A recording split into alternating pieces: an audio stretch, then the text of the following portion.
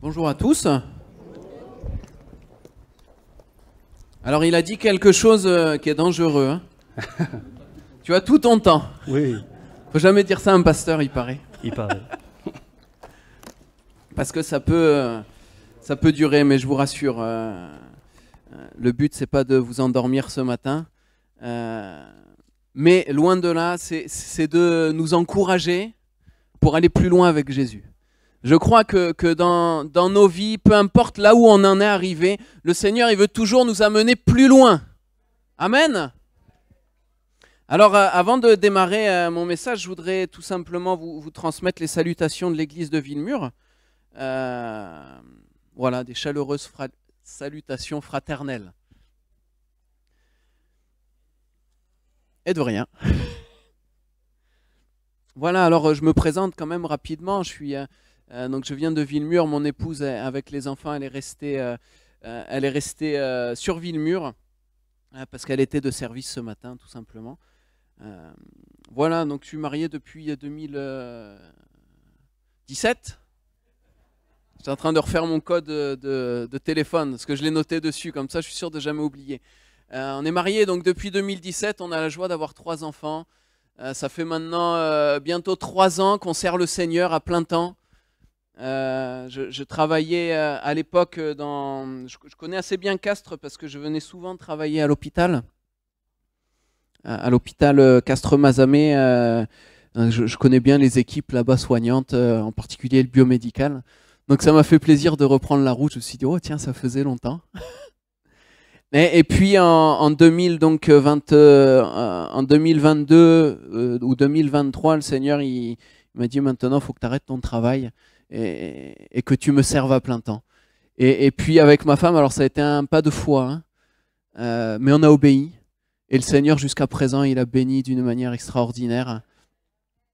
Quand on s'engage à suivre Jésus, quand on s'engage à lui obéir, Dieu y pourvoit.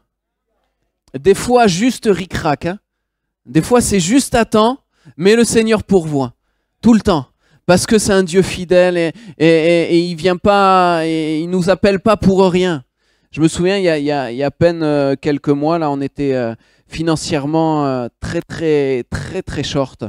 Vous voyez le compte en banque, là, quand vous allez sur le téléphone et que ça devient rouge.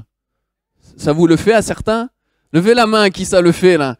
Ah bon, ça me rassure. Et ça fait peur, non? Et puis c'était tellement rouge que ça devenait noir, j'arrivais même plus à lire ce qu'il y avait dessus. Et un mardi matin, j'étais avec ma femme à la maison, on priait. Ça faisait 1 an et demi qu'on essayait de vendre un mobil-home qu'on avait eu pendant la rénovation de la maison. Et on était en train de prier le mardi matin, c'était juste avant Noël. On disait, bah, écoute Seigneur, on aimerait faire un cadeau à nos enfants quand même, mais on ne pouvait pas. Et puis on priait, dit Seigneur, permets qu'on puisse au moins revenir à niveau. Et pendant qu'on était en train de prier, il y a quelqu'un qui vient toquer à la porte. C'est un voisin. Et il me dit, est-ce que je peux visiter le mobil-home? Je dis, bon, bah ma foi, pourquoi pas. Hein. Donc je vais avec lui, je lui montre et tout. Et pendant ce temps-là, je ne le savais pas, je l'ai appris après, mais ma femme, elle continue à prier. À la maison, là, toute seule, au canapé. Et donc je visite le mobil-home, mais j'avais eu plein de visites avant, mais personne n'avait... Donc moi j'y vais un petit peu, bon. Vous savez, des fois on est incrédule. Hein. On est en train de prier pour ça. Et le temps... Et là, on était en train de visiter, c'était petit. Hein. Et puis la dame, la femme donc, de mon voisin, elle me regarde, elle me dit, vous en voulez combien? Alors moi... Homme de peu de foi que je suis, je lui ai dit un petit montant. Elle me sort le chéquier, elle me fait le chèque, elle le signe. Elle me dit, vous pouvez l'encaisser. Et extraordinaire. Et en fait, par cet argent qu'on a reçu, eh bien, ça nous a permis d'éponger le rouge. Là, on est revenu dans le vert et on a pu offrir des cadeaux à nos enfants. Mais quelle joie! Quelle joie! Le Seigneur est fidèle et il pourvoit à tous nos besoins avec richesse et gloire en Jésus-Christ. Amen. Alors ce matin, j'aimerais, sans plus tarder, prendre avec vous un texte dans l'Ancien Testament. Alors, c'est dans le livre des Nombres, au chapitre 11. Un texte certainement que vous connaissez, quoi. Peut-être même l'avez-vous déjà entendu prêcher et j'aimerais ce matin nous encourager encore au travers ce texte. Nombre 11, et on va lire à partir du verset 24. Moïse sortit. Ah, j'entends encore les pages qui tournent, alors j'attends. Ah, mais ça s'affiche. Nombre 11, verset 24. Moïse sortit et rapporta au peuple les paroles de l'Éternel. Il assembla 70 hommes des anciens du peuple et les plaça autour de la tente. L'Éternel descendit dans la nuée et parla à Moïse. Il prit de l'esprit qui était sur lui. Alors littéralement, il n'y a pas le petit 2, mais on va y revenir. Il prit l'esprit qui était sur lui et le mit sur les 70 anciens. Et dès que l'esprit reposa sur eux, ils prophétisèrent. Mais ils ne continuèrent pas. Il y eut 2 hommes, l'un appelé Eldad et l'autre Médad, qui étaient restés dans le camp et sur lesquels l'esprit reposa, car ils étaient parmi les inscrits, quoiqu'ils ne soient pas allés à la tente.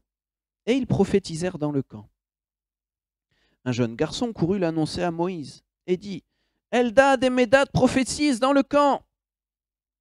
Alors Josué, fils de Nun, serviteur de Moïse depuis sa jeunesse, prit la parole et dit : Moïse, mon serviteur, empêche-les. Je suis sûr que c'était un Français, lui.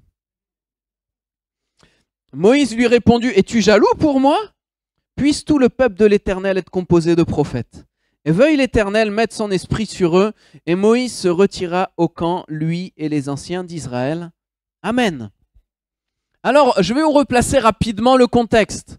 Là, on est dans Nombre 11. Nombre 9, il y a le tabernacle qui a été inauguré. Ça faisait à peu près un an qu'ils étaient stationnés au mont Sinaï où ils avaient reçu la loi.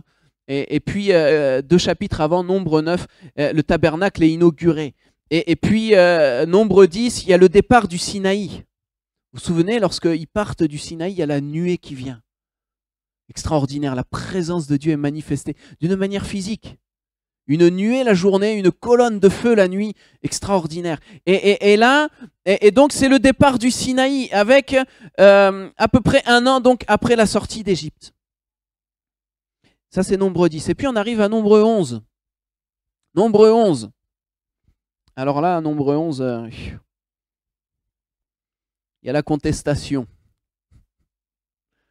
Pas content, pas content. Il y a les manifestations. Ils vont saisir les cours de justice. Pas content. Contestation. Ils sont dans la nostalgie de l'Égypte. Ils sont dans le désert, ils se disent « Ah, j'étais mieux avant quand même ». Je crois qu'on ne se rend pas compte. Ils étaient en train de vivre le miracle. Ils étaient en train de vivre la présence de Dieu qui était manifestée et leur cœur, ils disaient « Ah, on était mieux esclaves quand même ». Non mais des fois, quand le Seigneur il nous entend, je suis sûr, il dit mais ils sont en train de marcher sur la tête ou quoi ? Incroyable. Il y avait la présence de Dieu, mais eux ils n'étaient pas contents, ils n'étaient pas satisfaits. Oh les concombres, ça nous manque. Les pastèques, ça nous manque. Dieu leur avait donné la manne. Tous les matins, il y avait la grâce qui était là. Ils avaient juste à sortir, à récolter la manne et puis à aller cuisiner. C'était un peu les supermarchés de l'époque. Ils n'avaient pas besoin de cultiver. Ils n'avaient pas besoin de retourner la terre. Je ne sais pas s'il y a des agriculteurs parmi nous, mais travailler la terre, ça demande, c'est pénible. Ça demande des efforts. Ça demande d'y être tous les jours. Je fais un petit potager. Alors, quand vient le printemps et l'été, mais ça demande du temps si on veut garder quelque chose de propre et avoir une récolte. Mais là, tous les matins, c'était là disponible. Mais ils n'étaient pas contents. On en a marre de cette nourriture méprisable. Alors Dieu leur envoie les cailles. Même Moïse dira, vous en aurez tellement de cailles que ça va vous sortir par les narines. Indigestion de cailles.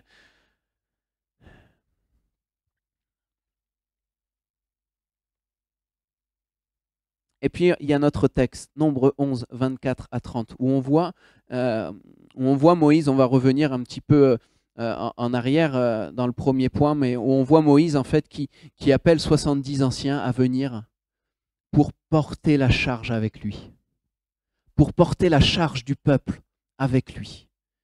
Et ce que je vous propose ce matin, c'est de voir comment cet exemple de Moïse, alors il n'est pas question de faire un parallèle entre le peuple d'Israël et l'Église, c'est deux choses différentes. Mais les principes spirituels qu'il y a dans l'Ancien Testament, on peut les appliquer pour nous aujourd'hui, qui sommes l'Église de Dieu. Et il y a un défi, on voit dans ce texte un défi de vivre l'Église.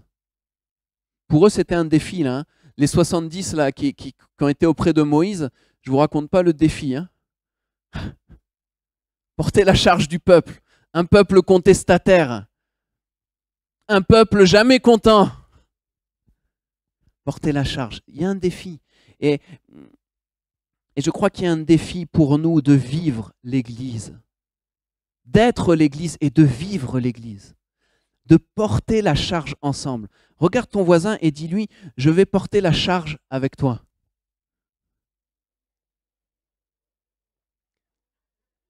On va porter la charge ensemble.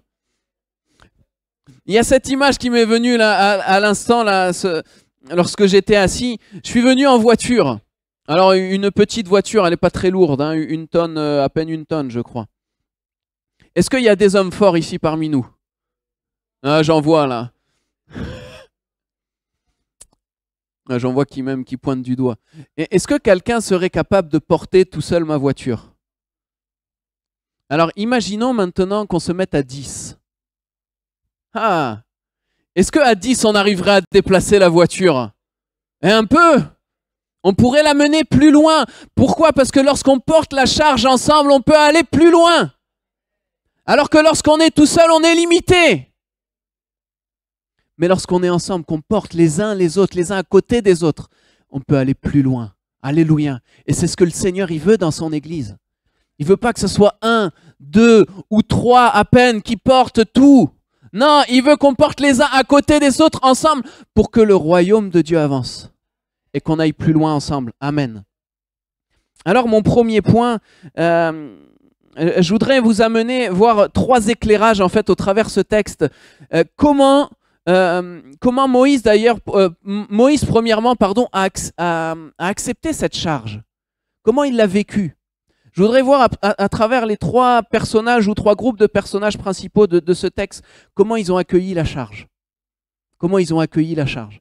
Et on va voir qu'il y a des exemples à suivre et des exemples à ne pas suivre. Alors premièrement, Moïse. Comment il a accepté la charge? Alors Moïse, au moment où il arrive là, Moïse il est découragé. Moïse il est découragé. Est-ce que ça nous arrive d'être découragé? Moïse, l'homme de Dieu, l'homme qui a vu le buisson là en feu, qui a vu des miracles extraordinaires, qui a été le canal par lequel Dieu a fait des miracles extraordinaires. Il est découragé. Il est découragé. On le lit dans Nombre 11, le verset 10. Juste avant, le peuple est en train de râler, puis Moïse, qui entend le peuple qui pleure chacun dans sa famille, à l'entrée de sa tente, la colère de l'Éternel s'enflamme. Et le verset 11, pardon. Moïse fut attristé et dit à l'Éternel, « Pourquoi affliges-tu ton serviteur? Pourquoi n'ai-je pas trouvé grâce à tes yeux que tu aies mis sur moi la charge de tout ce peuple ?» Il n'en peut plus, Moïse. Même à un moment, je ne vous l'ai pas mis, mais je crois que c'est le verset 15 ou 16, il dit, « Mais Seigneur, tue-moi. J'en peux plus. J'en ai marre. » Découragé parce que les choses n'avancent pas. Est-ce que des fois ça ne nous le fait pas? On a envie d'avancer, on a envie de faire des progrès. On a envie que les choses elles bougent. Et puis ça stagne. On est des fois découragé même de nous-mêmes. Vous savez, les plus grands hommes de Dieu de la Bible, ils ont été découragés d'eux-mêmes. Prenez David. David, je suis sûr à un moment donné, il se disait, mais Seigneur, mais comment tu peux m'aimer? David, il a été découragé de lui-même. Élie, le feu venait de tomber du ciel, il s'est retrouvé dans le désert. Ah Seigneur, prends-moi la vie. Je suis tout seul. Alors le Seigneur lui dit, non, non, t'es pas tout seul. Il y en a d'autres avec toi, découragé de lui-même.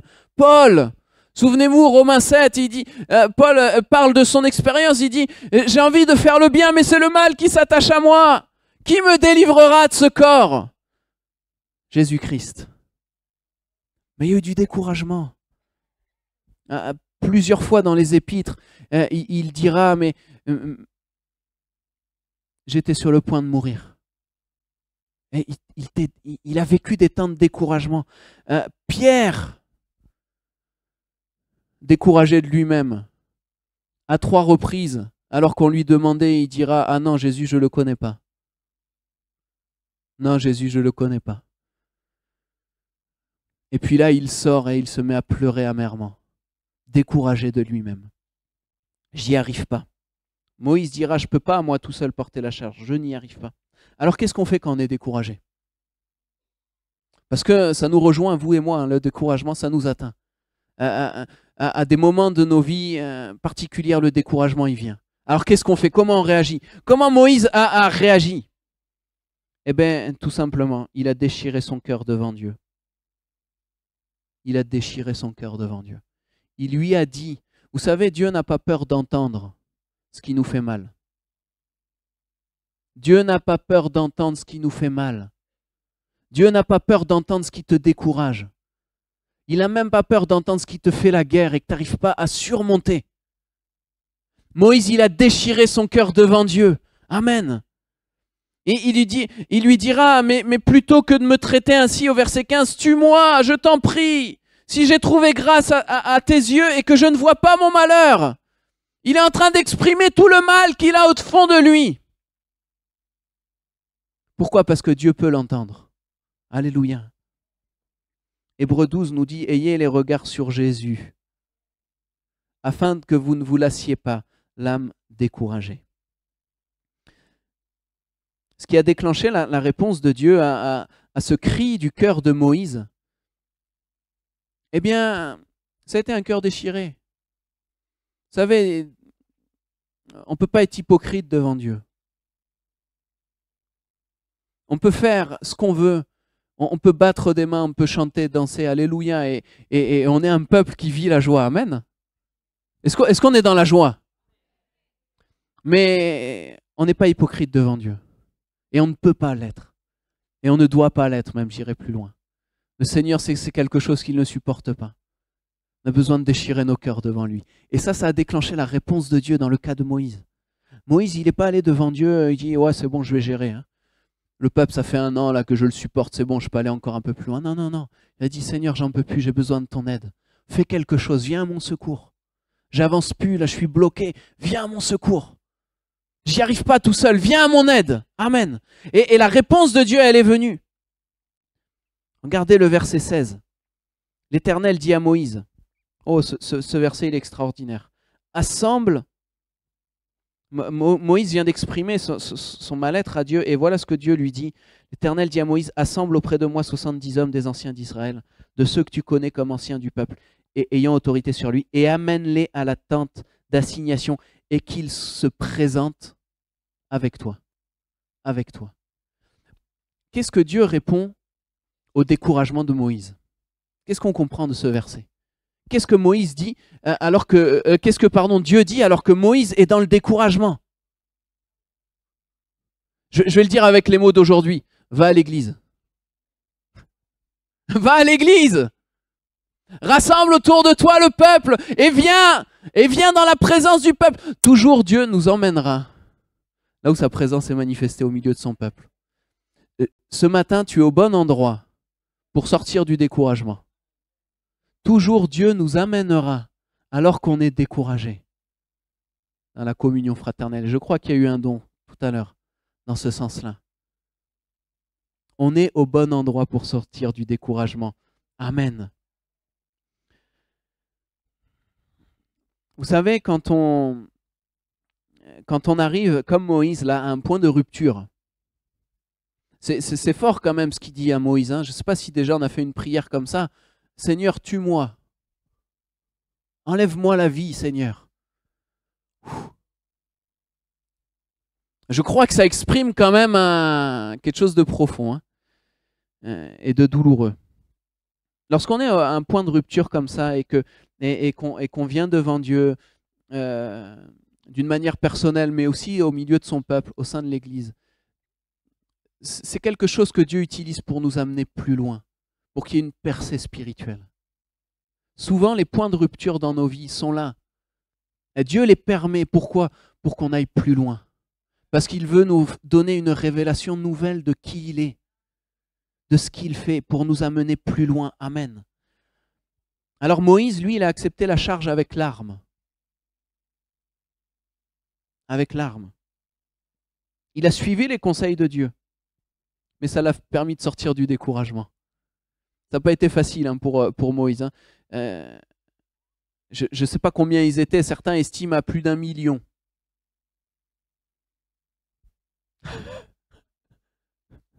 Que Dieu me préserve d'être à la tête d'1 million de personnes. Il y a de quoi s'arracher les cheveux. Mais Moïse, il a accepté la charge, bien sûr avec larmes. Mais il est sorti du découragement parce qu'il a suivi le conseil de Dieu. Amen. Acceptons ce que Dieu met sur nos cœurs, même si on a un point de rupture. Pourquoi? Parce qu'il veut nous amener plus loin. Et il va y avoir une percée dans nos vies, quelque chose de nouveau. À partir de là, Moïse, il va vivre quelque chose de nouveau. Il ne sera plus seul à la tête du peuple, mais il travaillera ensemble. Extraordinaire. Il ne sera plus tout seul à porter les revendications d'un peuple pénible, excusez-moi de l'expression, mais ils porteront ensemble la charge et ils pourront aller jusqu'au pays promis. Amen. Alors voyons maintenant, deuxièmement, un autre groupe de personnages qui a accueilli la charge, c'est les 70.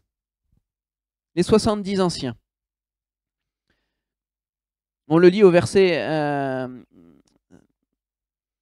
25, l'Éternel descendit de la nuée et parla à Moïse, il prit de l'esprit qui était sur lui, ou il prit l'esprit littéralement qui était sur lui, et le mit sur les 70 anciens. Et dès que l'esprit reposa sur eux, ils prophétisèrent, mais ne continuèrent pas. Alors qu'est-ce qui se passe ici? Qu'est-ce qui se passe? De quel esprit parle-t-on? De quel esprit parle-t-on? Le Saint-Esprit dans l'Ancien Testament, bien sûr, on le sait, c'est une personne. Hein. On est d'accord? Le Saint-Esprit, c'est pas juste une puissance, c'est pas un espèce de souffle qui... Non, le Saint-Esprit, c'est une personne de la Trinité. Amen. Et on voit dans l'Ancien Testament que le Saint-Esprit, quand le Saint-Esprit venait sur quelqu'un dans l'Ancien Testament, le Saint-Esprit rendait capable. Le Saint-Esprit nous rend capables. Souvenez-vous de Betsaléel. Betsaléel, vous savez, c'est celui qui était habile de ses mains, là, qui, pour le tabernacle, a pu construire c'était un orfèvre, dirons-nous aujourd'hui. C'est écrit que l'Esprit de Dieu, je l'ai rendu capable de faire. Il a été revêtu de l'Esprit de Dieu et je l'ai rendu capable de faire. Souvenez-vous de Zorobabel. C'est un verset qu'on connaît par cœur. Ce n'est ni par force, ni par puissance, mais par mon esprit, dit le Seigneur. Et là, il parlait à Zorobabel pour que Zorobabel puisse reconstruire le temple. C'est pas par ta force, c'est pas par ta capacité, c'est pas parce que tu es architecte, c'est pas parce que tu es un bon chef, mais c'est par mon esprit. Mon esprit te rendra capable, Zorobabel, de reconstruire le temple. Et aujourd'hui, pour vous et moi, c'est pareil, le Saint-Esprit sur nous rend capables. C'est pas lié à une capacité naturelle. Le Seigneur ne cherche pas au milieu de nous des techniciens. Il ne cherche pas au milieu de nous des gens compétents. Il cherche au milieu de nous des hommes et des femmes qui acceptent le Saint-Esprit, qui les rend capables. Moïse, il était bègue. Il bégayait. Qui aurait misé sur lui? Mais l'Esprit de Dieu l'a rendu capable. Et c'est cet esprit-là, l'Esprit de Dieu sur Moïse l'a rendu capable de conduire, de porter la charge de peuple, de faire bouger et de faire avancer les choses. Amen. Et l'Esprit qui a reposé sur les 70.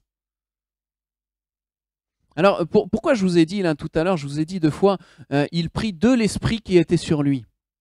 Alors littéralement, c'est pas de l'esprit, parce que nous, quand on lit ça, on a l'impression en fait qu'il vient prendre une portion de l'esprit.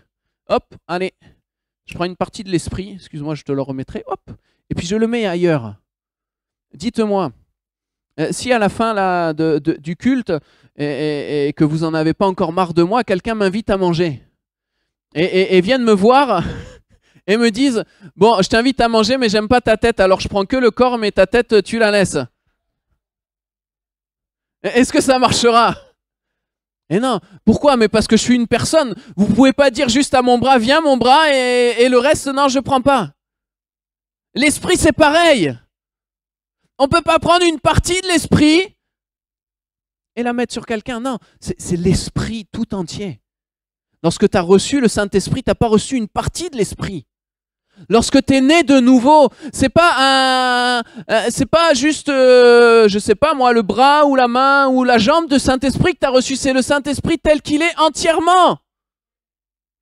Et l'esprit qui a reposé sur les 70, c'est le même esprit qu'il y avait sur Moïse. C'est l'esprit Saint, c'est le Saint-Esprit, c'est l'esprit de Dieu. Pas une partie, pas une portion. On n'est pas un peuple de Pentecôte, on n'a pas chacun une portion de l'esprit. On a tout l'esprit. Et ça, on a besoin d'en être conscient. L'esprit sur les 70, c'est le même. C'est-à-dire, c'est l'esprit qui les a rendus capables de porter la charge du peuple avec Moïse. Comment ça se manifeste pour nous aujourd'hui? Souvenez-vous de Actes 1:8, mais vous recevrez une puissance, le Saint-Esprit survenant sur vous, et vous serez mes témoins à Jérusalem, dans toute la Judée, dans la Samarie, et jusqu'aux extrémités de la terre. Aujourd'hui, le Saint-Esprit sur nous rend capables de faire avancer l'Église. Il y a un vieux pasteur, qui je crois qui est à la retraite maintenant, qui disait souvent, le Seigneur, il n'a pas besoin de nous. C'est vrai. Le Seigneur, il peut tout faire. Le Seigneur n'a pas besoin de nous. Mais sans nous, il a décidé de ne rien faire. Moi, ça m'a fait réfléchir. Hein. Le Seigneur, il n'a pas besoin de nous. Mais sans nous, c'est-à-dire sans la participation des uns des autres. Regarde ton voisin, tu peux lui dire, sans toi, Dieu a décidé de rien faire. Ça nous engage les uns les autres.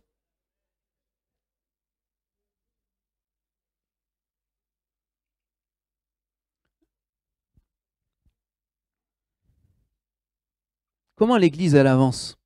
Comment l'Église, elle peut avancer? L'Église, alors bien sûr, dans l'Église, il y a besoin de structure, il y a besoin de planning, amen. On a besoin de choses concrètes qui nous aident dans l'organisation. On a besoin même d'organiser des réunions d'évangélisation, des campagnes d'évangélisation, etc. Amen. C'est des choses nécessaires. Mais ce n'est pas ça en soi qui fait avancer l'Église. Ce qui fait avancer l'Église, c'est l'œuvre du Saint-Esprit. C'est l'action du Saint-Esprit. Mais l'action du Saint-Esprit, l'œuvre du Saint-Esprit ne se fera pas en dehors de nous. L'œuvre du Saint-Esprit ne se fera pas si on n'accepte pas la charge. Si on ne reçoit pas la charge. Le livre des Actes. Vous connaissez le livre des Actes des Apôtres? D'ailleurs, on dit le livre des Actes des Apôtres. Il fut un temps, ce livre, il y avait un choix au niveau du titre. Il y en a qui voulaient l'appeler les Actes du Saint-Esprit. Et les autres voulaient l'appeler les Actes des Apôtres. Bon, les deux titres sont justes. Mais pour être le plus précis possible, on aurait dû l'appeler les Actes du Saint-Esprit par les apôtres. Ou les Actes des apôtres par le Saint-Esprit. Peu importe l'ordre. Mais pourquoi? Mais parce que ça va ensemble. Ça va ensemble. On ne peut pas, l'Église n'avancera pas si on n'est pas participant de l'œuvre de l'Esprit. L'Esprit nous rend capable de quoi? Qu'est-ce qu'on a lu dans Acte 1:8? Je crois que c'est toujours affiché. Vous recevrez une puissance, le Saint-Esprit survenant sur vous, et vous serez mes témoins. Le Saint-Esprit nous rend capable de témoigner. si vous et moi, on ne témoigne pas, comment les chaises vides se rempliront? Il y a un verset qui m'a toujours interpellé, qui dit, si vous ne parlez pas, est-ce que ça sera les pierres qui vont parler à ta place? Moi, vous savez, quand je vais me présenter devant Dieu, je n'ai pas envie que ce soit un caillou qui ait parlé à ma place. Hein. Vous imaginez que Dieu un jour nous dise, mais ton voisin qui était là, ta voisine, j'ai dû envoyer un caillou pour lui parler. Et toi, t'étais où? J'ai dû envoyer un âne pour lui parler. Bien sûr, le Seigneur peut faire. Mais le Seigneur veut se servir de nous. Le Saint-Esprit sur nous nous rend capable de témoigner. Et si on ne témoigne pas, l'Église n'avance pas. Le Saint-Esprit fait de nous des témoins. Alléluia. Des témoins en acte, des témoins dans notre comportement, dans notre manière de vivre. Et aussi des témoins en parole. Alléluia. C'est l'œuvre du Saint-Esprit. Alors qu'est-ce qu'ils ont fait là? On reprend notre texte quand même. Qu'est-ce qui s'est passé pour les 70? Regardez, la fin du verset 25. Dès que l'Esprit reposa sur eux, ils prophétisèrent. Amen, ils prophétisèrent. Ça démarre bien, non? Ça nous parle, vous et moi, c'est simple, ça nous parle des dons spirituels. C'est-à-dire que quand je reçois l'Esprit me rend capable d'exercer les dons spirituels. Amen. Et c'est utile, et c'est nécessaire, et c'est indispensable pour construire l'Église. L'Église ne se construira pas si nous n'exerçons pas les dons spirituels. Eh oui. L'Église a besoin de prophétie, l'Église a besoin de paroles de sagesse. L'Église a besoin de discernement des esprits. L'Église a besoin de manifester toutes ces choses. Pourquoi? Parce que l'Église se construit, se bâtit d'une manière spirituelle.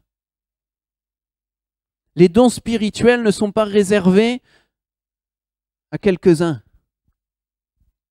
Paul dira, je veux que tous vous prophétisiez.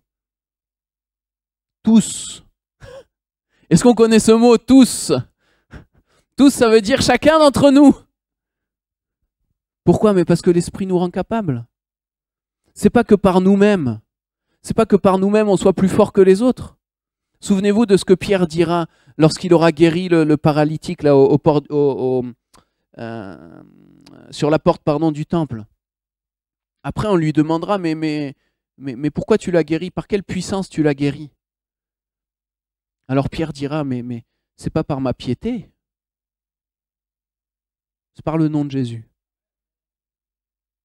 Les dons spirituels, ce n'est pas une histoire d'être meilleur, d'être plus spirituel que les autres. C'est un don. Un don, par définition, c'est un cadeau. Et c'est à nous de décider de l'utiliser. C'est à nous de décider de s'en saisir, de se rendre disponible. Seigneur, écoute, ce matin, je veux être disponible pour que tu parles au travers de moi. Non seulement dans l'Église, mais aussi ailleurs. Seigneur, demain matin, fais cette prière. Seigneur, je veux être disponible pour témoigner. Il n'y a pas très longtemps, je me suis rendu compte que ça faisait un moment que je n'avais pas pu porter témoignage.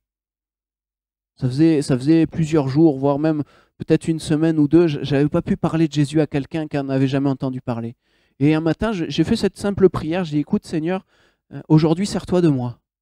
Sers-toi de moi pour porter témoignage. Et donc le matin, voilà, j'ai fait cette prière toute simple, mais vraiment avec comment dire, d'une manière sincère, avec mon cœur. Je dis, Seigneur, je vais être disponible entre tes mains. Et je vais à l'arrêt de bus déposer les enfants pour l'école. Et puis là, il y a une maman là, qui me branche, et puis on parle. Et puis on parle tout simplement. Et là, j'ai pu lui annoncer la croix. Et peu de temps après, ma femme, elle l'a invitée à venir à l'église, elle est venue. Et ça l'a touchée. Mais pourquoi? Parce que je me suis rendu disponible. Et elle me demandait, elle était surprise. Je dis, mais tu fais quoi dans la vie? Je suis pasteur. Ah bon? C'est quoi ça, pasteur? Quand j'étais à Pôle emploi, je leur ai dit que je quittais mon travail. Je leur ai dit que j'allais devenir pasteur. Et alors, elle a rentré dans son ordinateur pasteur, la dame. Et puis elle m'a sorti technicien en pasteurisation.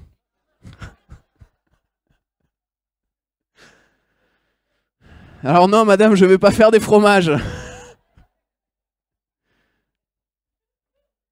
Ah Seigneur, ta grâce.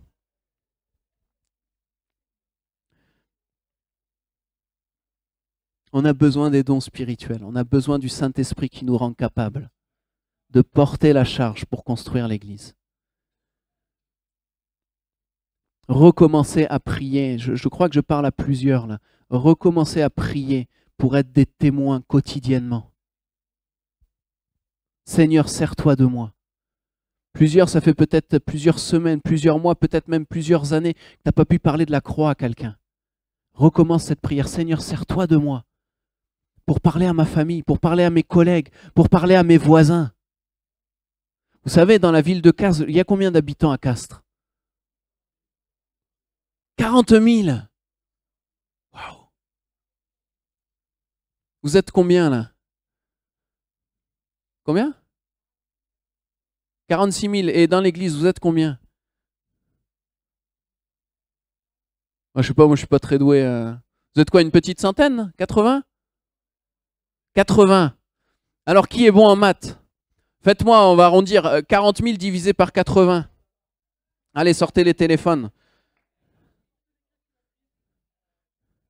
Ça fait combien 40 000 divisé par 80? Ça fait 500. Si, je l'ai fait sur la calculette. Ça fait 500. Regarde ton voisin, dis-lui, tu as 500 personnes à évangéliser. Tu as 500 personnes à qui tu dois rendre témoignage. Le Saint-Esprit nous rend capables d'être des témoins. Oh, alléluia, le Saint-Esprit nous rend capables d'être ces témoins. Et c'est ça qui fera avancer l'Église. Le Saint-Esprit nous rend capables d'exercer les dons spirituels. Et c'est ça qui va construire l'Église. La prophétie, en l'occurrence là, les anciens, ils ont commencé à prophétiser. La prophétie, par définition, c'est pas seulement annoncer quelque chose de futur. Ça, c'est un aspect de la prophétie seulement. Mais un aspect très restreint. La prophétie, c'est pour encourager. La prophétie, c'est pour exhorter. La prophétie, c'est pour relever quelqu'un. C'est le but de la prophétie. C'est une parole de Dieu pour encourager. C'est pas seulement annoncer l'avenir. Ça, c'est un aspect, mais minime, je dirais, du ministère prophétique. Et là, on trouve quelque chose de terrible. Si tu peux rafficher, s'il te plaît, le verset 25. De Nombre 11. Regardez la fin. Dès que l'Esprit reposa sur eux, ils prophétisèrent, mais ils ne continuèrent pas.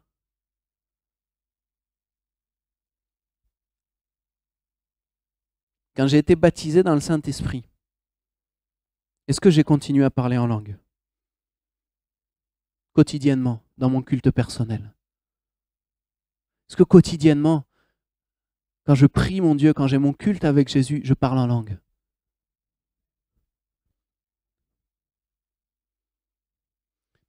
Est-ce que j'aspire toujours à exercer les dons spirituels? Est-ce que j'aspire toujours à Seigneur, sers-toi de moi? Les 70 là qui étaient là, ils ont reçu, mais ils n'ont pas accepté la charge. Vous savez, prophétiser, exercer les dons, c'est une charge. Hein, parce qu'on ne dit pas n'importe quoi. Comme dirait un proverbe français, tourne cette fois la langue dans ta bouche avant de parler. On ne peut pas se permettre d'annoncer quelque chose qui vient de nous, ou que comme ça nous chante. C'est une vraie charge. Mais l'Esprit nous rend capables. Et on voit, c'est malheureux, mais les 70, ils n'ont pas accepté la charge. Ils n'ont pas continué, ils se sont arrêtés. Ah non, Seigneur, c'est pas pour moi. Envoie un autre, mais pas moi. Sers-toi de quelqu'un d'autre, mais pas de moi. Alors ça, c'est un exemple à suivre ou à ne pas suivre? Ah, c'est bon, vous me suivez alors. Ils ne continuèrent pas. Ça nous renvoie à nous-mêmes. Hein. Est-ce qu'on va continuer? Est-ce qu'on va accepter la charge et puis aller au bout? Allez, dernier point. Eldad et Médad. Ah, est-ce que vous les connaissez, Eldad et Médad? Ceux-là, moi, je les aime bien. Il y a eu deux hommes. Verset 26. L'un appelé Eldad et l'autre Médad. Le peuple de Dieu était constitué de 600 000 hommes de pied, c'est-à-dire l'armée. Hein. Donc 600 000 hommes, je crois, c'était à partir de 21 ans jusqu'à, je sais plus. Bon. Et il n'y a que deux hommes. Vous savez, deux hommes, pour Dieu, c'est suffisant. Il voudrait plus, hein. Et on va le voir, Dieu souhaiterait davantage. Mais avec deux hommes, déjà, les choses peuvent bouger. Dans Ézéchiel, Dieu dira, je cherche parmi eux un homme qui se tienne à la brèche. Déjà, avec un homme, vous savez, un homme consacré, une femme consacrée entre les mains de Dieu, les choses elles peuvent bouger d'une manière extraordinaire. Alors, Eldad et Médad, ils étaient deux. Et eux, ils ont accueilli la charge. Regardez ce que l'on lit au verset 26. Il y eut deux hommes, l'un appelé Eldad et l'autre Médad, qui étaient restés dans le camp, et sur lesquels l'esprit reposa, car ils étaient parmi les inscrits, quoiqu'ils ne soient pas allés à la tente. Et ils prophétisèrent dans le camp. Eux, ils ont accepté la charge. Alors là, il y a besoin d'expliquer quand même. Parce que Eldad et Médad, c'était deux anciens. Ils étaient inscrits parmi les 70 qui devaient aller à la tente de la rencontre. Ok, on l'a lu. Ils étaient parmi les inscrits. C'est-à-dire ils faisaient partie des 70. Mais ils étaient restés dans le camp. Ah, moi, ça m'a posé question parce que je me suis dit, attends. Ils sont restés dans le camp, c'est-à-dire ils sont restés en arrière et pourtant le Seigneur les a utilisés pour prophétiser dans le camp. Je dis oui, il y a un bug là quelque part. Il y a quelque chose que je ne comprends pas. Alors, qui était resté dans le camp? Littéralement, c'est mal traduit parce que nous, en fait, on a l'impression quand on lit ça que c'est eux qui ont décidé de rester dans le camp. Quand on lit ça en français, mais ils étaient restés dans le camp, sous-entendu, ils ont volontairement décidé de rester en arrière. Alors que lorsqu'on regarde la manière dont c'est écrit et conjugué en hébreu, alors je vais vous le dire, vous vous en souviendrez pas, et moi non plus, c'est shahar qui est conjugué au nifal, à tes souhaits. Alors, en fait, cette conjugaison est très particulière parce qu'elle exprime une action passive. C'est-à-dire que celui, en l'occurrence là, les Eldad et Médad, dans cette histoire-là, ils ont été passifs. C'est-à-dire qu'ils ont subi. Ce n'est pas eux qui ont pris la décision de rester dans le camp. Mais on leur a imposé de rester dans le camp. Ils ont subi l'action. C'est conjugué d'une manière passive. C'est une action où le sujet est passif. Par exemple, l'ange apparu. L'ange apparu, il n'est pas apparu de lui-même, c'est Dieu qui l'a fait apparaître. C'est Dieu qui l'a envoyé. L'ange, dans l'histoire, il est passif, il a juste suivi les ordres. Et c'est la même image. Eldad et Médad, ils ont été passifs dans l'histoire, c'est-à-dire on leur a imposé de rester dans le camp. Ils ont été laissés derrière. Ils ont été laissés de côté. Ils étaient restés dans le camp, pourquoi? Parce qu'ils avaient été laissés derrière. Pourquoi étaient-ils malades? Étaient-ils impurs? Peut-être il y avait eu un décès dans leur famille et ils étaient impurs, alors du coup, dit ah non, toi tu vas pas à la tente de la rencontre, tu restes derrière. Ils ont été mis de côté. Déjà, il y a pour nous quelque chose de fort là. Ils ont été mis de côté par les hommes, mais le Seigneur ne les a pas mis de côté. Le Seigneur les a vus. Il a vu leur cœur. Alléluia. Le Seigneur ne laisse personne derrière. Et je crois qu'il y a eu une prière tout à l'heure, quelqu'un qui parlait du pasteur qui va chercher la brebis qui s'est égarée. Ça, c'est le cœur de notre Jésus. Hein. Jésus ne te laissera pas derrière, même si les hommes te laissent derrière. Jésus, lui, il va te chercher là où tu es. Alléluia. C'est le cœur de notre Jésus. Amen. Et il y a dans le nom d'Eldad et de Médad quelque chose de beau. Médad, on va commencer par Médad, ça veut dire amour. Eldad, ça veut dire amour. Celui qui aime, ça veut dire l'ami. Celui qui est un ami. Celui qui aime, sous-entendu, celui qui aime son prochain. C'est l'ami. Celui qui est proche de son prochain. Amen. Et Eldad, c'est celui qui aime Dieu. celui qui aime Dieu, avec une racine qui vient du mot bouillir. Bouillir. Qu'est-ce que l'eau, elle fait quand elle bout? Ça fait des bulles de partout, ça bouge, ça remue. Eldad, c'est l'image de celui qui est bouillant d'amour pour Dieu, qui est rempli d'amour pour son Dieu. Et Médad, c'est celui qui aime son prochain. Et là, il y a deux notions essentielles. Tu aimeras le Seigneur ton Dieu de tout ton cœur et ton prochain comme toi-même. Ceux qui ont accueilli la charge de l'esprit, Eldad et Médad, et qui l'ont accueilli, qui l'ont gardé, qui ont persévéré, qui ne se sont pas arrêtés, c'est celui qui aime son prochain et celui qui aime son Dieu plus que tout. Alléluia! Et lorsqu'on a un cœur rempli de zèle et d'amour pour notre Dieu et pour notre prochain, eh bien la charge, elle peut descendre sur nous. Oh oui Seigneur, je la reçois, je l'accepte. Parce que je sais, c'est pas pour ma gloire, c'est pas pour être vu. C'est pour le bien de mon frère et c'est pour la gloire de Dieu.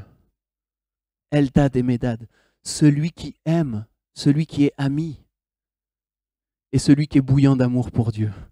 Alléluia.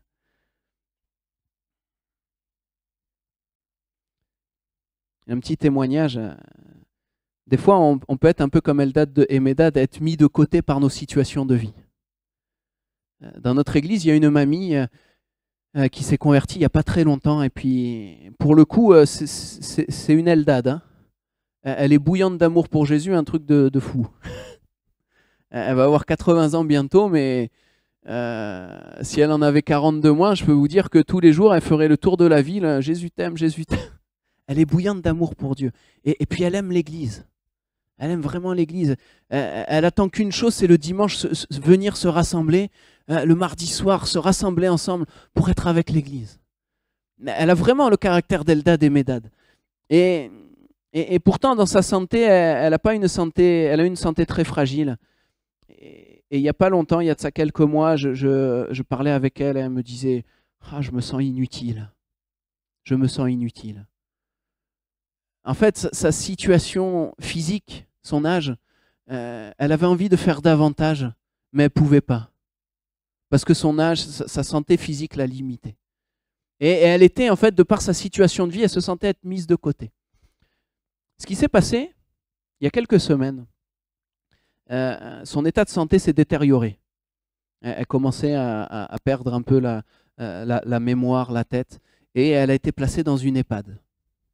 Alors à son grand désarroi, hein, elle était au fond du trou. Elle dit « Oh non, mais vivement que je rentre chez moi. » Mais écoutez, depuis qu'elle est à l'EHPAD, depuis quelques semaines, elle n'arrête pas, jour après jour, de témoigner. Elle me disait la semaine dernière, j'ai l'impression de faire le pasteur. Elle va voir les uns et les autres, elle les encourage. Elle leur dit de prier, elle leur parle de Jésus. Et même, il y a une dame certainement là aujourd'hui qui est venue de l'EHPAD à l'église pour entendre parler de l'évangile. Elle était mise de côté par sa situation physique. Mais Dieu s'en est servi pour faire d'elle un témoin. Alléluia! Ne crois pas que c'est fini pour toi, même si tu as 80 ans. Je regarde, il y a des cheveux blancs. Et des crânes, je ne dirai pas la suite. Le Seigneur peut et veut se servir de toi. Plus que jamais. Plus que jamais. Le témoignage, l'évangélisation, ce n'est pas réservé aux jeunes. J'entends des gloires à Dieu. C'est un jeune ou un moins jeune qui a dit ça? Ce n'est pas réservé aux jeunes. Bien sûr, les jeunes, je vous encourage, je vous regarde les jeunes. Jamais plus vous serez jeunes. Hein? Ça passe très vite. Les enfants, jamais plus vous ne serez enfants. Ça va très vite passer, vous allez voir. Ne perdez pas votre temps. Donnez votre cœur à Jésus et servez-le. Dans votre école. Vous savez, les expériences les plus fortes que j'ai vécues avec le Seigneur en termes de témoignage, c'était lorsque j'étais à la fac, que je venais de me convertir. Pourquoi? Parce que j'avais pas d'enfant et j'avais pas d'épouse encore à l'époque. Du coup, j'avais plus de temps. Et je travaillais pas. Enfin, si, j'allais à l'école quand même, mais bon, ça restait tranquille. Les enfants, jamais plus vous n'aurez autant de temps qu'aujourd'hui. Mettez-le à profit pour servir Jésus. Vous allez vivre des choses qui vont marquer votre vie, qui vont vous permettre d'affronter la vie et de rester fidèle à Jésus. Il y a un verset qui nous dit que Dieu tire sa louange de celui qui est encore à la mamelle. Vous savez, les 70 anciens, bien sûr, c'était des hommes âgés, matures. Mais le Seigneur se sert des enfants. Le Seigneur se sert des enfants et veut se servir des enfants. Ne freinez jamais vos enfants, parents, grands-parents, oncles et tantes, mais encouragez-les. Encouragez-les. C'est pas que tu as un enfant que le Seigneur il te met de côté, loin de là. Loin de là. Alors je termine. Josué, quand il a appris que Eldad et Médad, là, ils prophétisaient, il a voulu les arrêter. Il a dit empêchez-les, littéralement, écrouez-les. Écrouer quelqu'un, c'est-à-dire mettez-les en prison. Il était jaloux. Soyons pas jaloux que le Seigneur se serve. Sois pas jaloux que le Seigneur se serve de ton frère ou de ta sœur. Josué, il était presque jaloux pour Moïse. Il dit, attends, mais...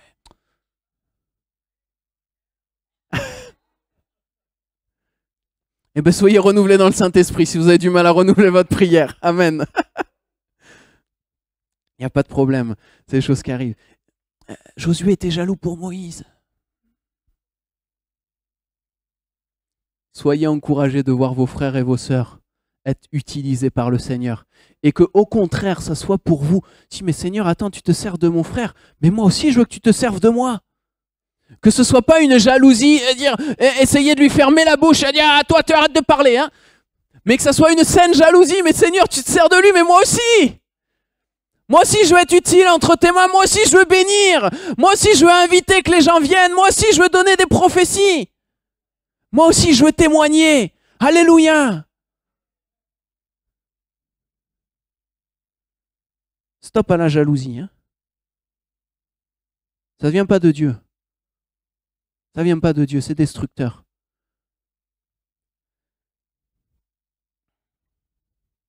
C'est l'image, Josué, bon, heureusement, il a évolué, Josué. Hein. Il n'en est pas resté là. Comme quoi, ça prouve que tous, on peut évoluer. Hein. Il n'y a pas eu beaucoup d'amens. Hein. Tous, on peut changer. En mieux. Hein. Tous, on peut changer. Et Josué, c'était l'image de celui qui veut avoir l'exclusivité de l'action de Dieu. Ça, c'est pas bon. Il refuse en fait que l'action de Dieu puisse passer par un autre. Ça, c'est pas bon. Nous, parfois... Oups, je bouge trop, pardon. Nous, parfois, c'est l'inverse. Seigneur, envoie quelqu'un d'autre. Non, Seigneur, pas moi.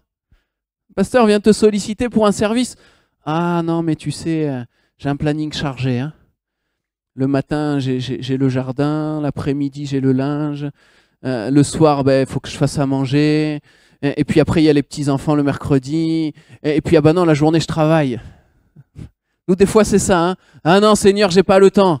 Ah non, pasteur, écoute, là, je peux pas m'impliquer plus parce que mon planning, il est déjà rempli. Vous savez que dans les plannings, on peut faire des trous. Lorsque je travaillais, j'étais cadre. Alors, cadre, par définition, ça n'a pas d'heure.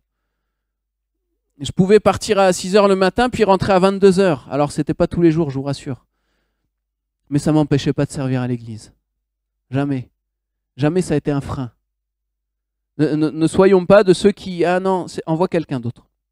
Bon, Moïse, lui, il a discerné que c'était bien Dieu qui agissait au travers Eldad et Médad. Et il ne les a pas fait taire. Et je voudrais, si tu peux rafficher le verset 29, et je vais vous laisser là-dessus sur ce verset 29. On voit que Moïse, il dit, Moïse répondit, t'es jaloux pour moi? Puisse tout le peuple, Nombre 11, 29, puisse tout le peuple de l'Éternel être composé de prophètes, et veuille l'Éternel mettre sur eux, son esprit, sur eux.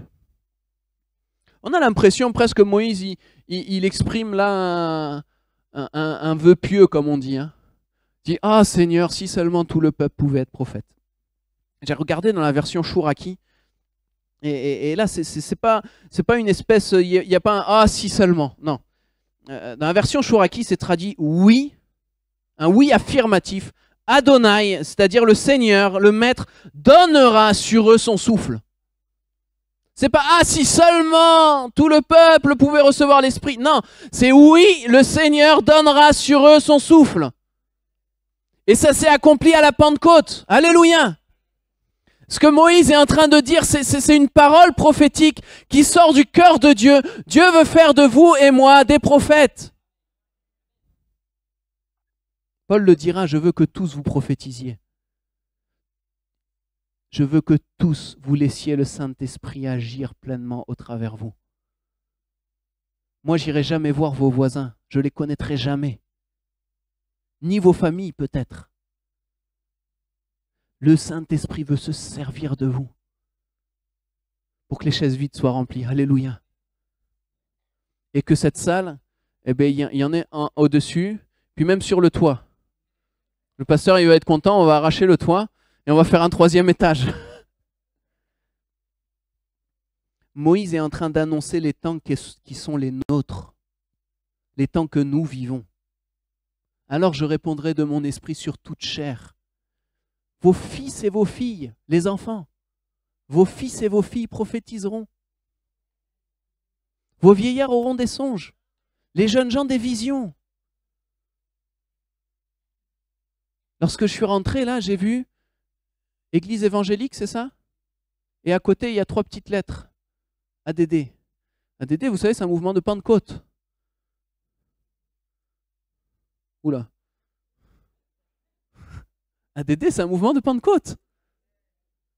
C'est-à-dire qu'on croit à l'effusion du Saint-Esprit. On croit que le Saint-Esprit est à l'œuvre et qu'il veut agir au travers nous, même des enfants. Alléluia. Soyons des Eldad et Médad. Acceptons la charge. Le Saint-Esprit nous en rend capables. Amen. On ferme nos yeux, je voudrais prier maintenant.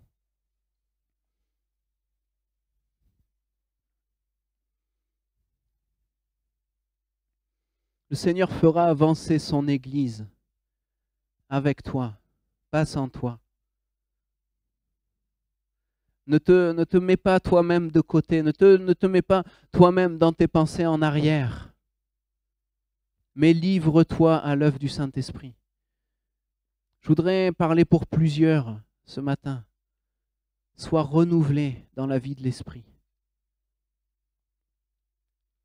Oh, merci Seigneur pour la vie de l'Esprit qui est abondante, qui s'exerce ici, à travers les prophéties. Gloire à Dieu.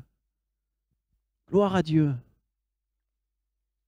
Mais la vie de l'Esprit, ce n'est pas le dimanche matin.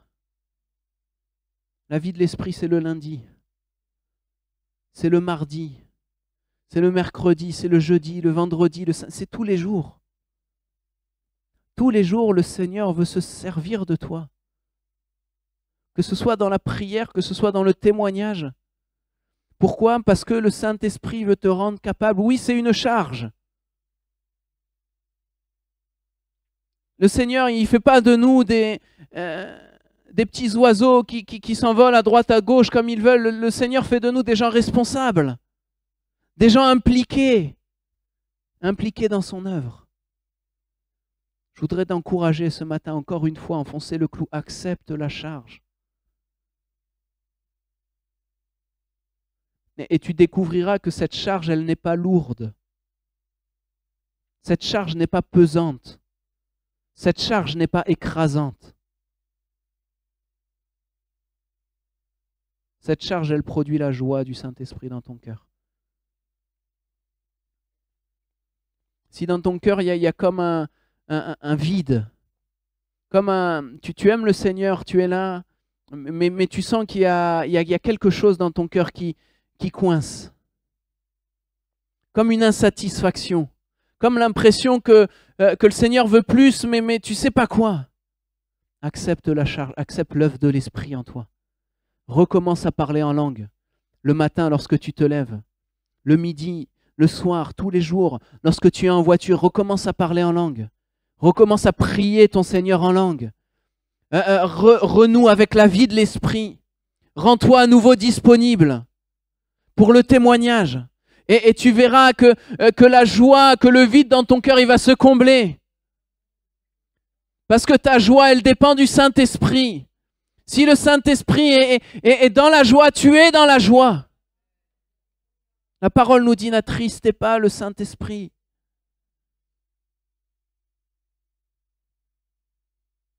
Seigneur, je te prie pour l'église de Castres, pour chacun, que chacun soit un Eldad, que chacun soit un Médad. Seigneur, tu viens renouveler l'amour pour toi, mais aussi l'amour pour le prochain. Seigneur, que toute jalousie, que toute querelle, animosité ne soit pas même nommée au milieu de nous, c'est ta parole qui le dit. Un amour fraternel, authentique, profond. Et que l'œuvre du Saint-Esprit se fasse. Amen.